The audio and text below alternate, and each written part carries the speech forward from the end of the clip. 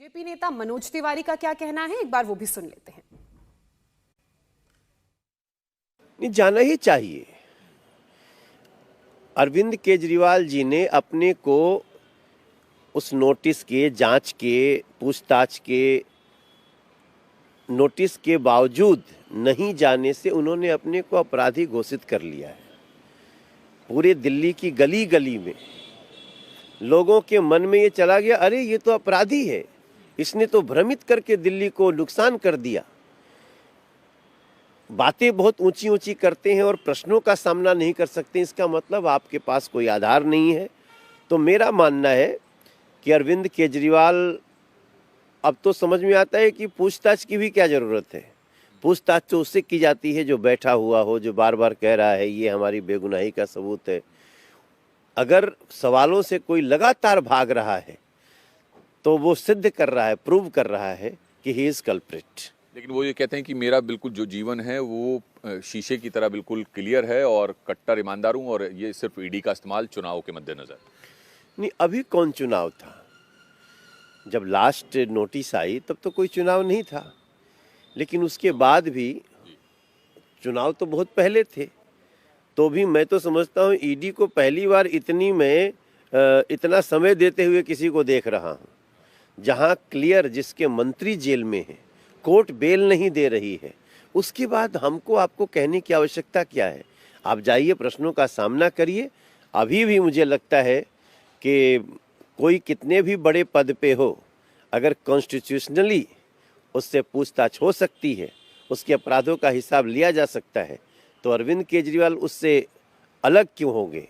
उनसे भी लिया जाना चाहिए।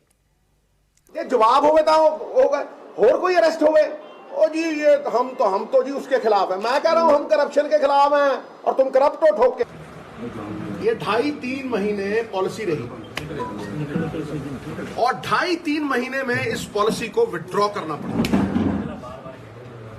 जब ये पॉलिसी विथड्रॉ होती है तो उसी से साफ हो जाता है कि दाल में काला। क्यों भाई, क्यों भाग रहे हो? टाइम चाहिए, नेशनल है, ये सब धाड़ चल रहा है दम तो जवाब दे। ये बातों का जवाब दे।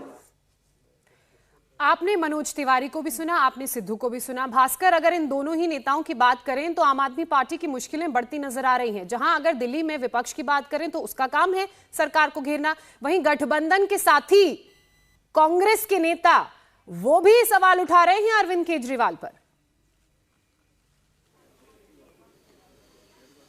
और देखिए, गठबंधन के नेता, खासकर पंजाब के नेता जो सवाल उठा रहे हैं, वहां की राजनीति बिल्कुल अलग है। पंजाब में चाहे आम आदमी पार्टी के नेता हो या कि कांग्रेस के नेता हो, दोनों तरफ से ये कोशिश की जा रही कि ज्यादा से ज्यादा सीट पे वो लोग चुनाव लड़ें या कि दोनों अलग अलग चुनाव लड़ें। वहां का राजनीतिक समीकरण बिल्कुल अलग है और इस केस से उसको जोड़ के नहीं देखना चाहिए।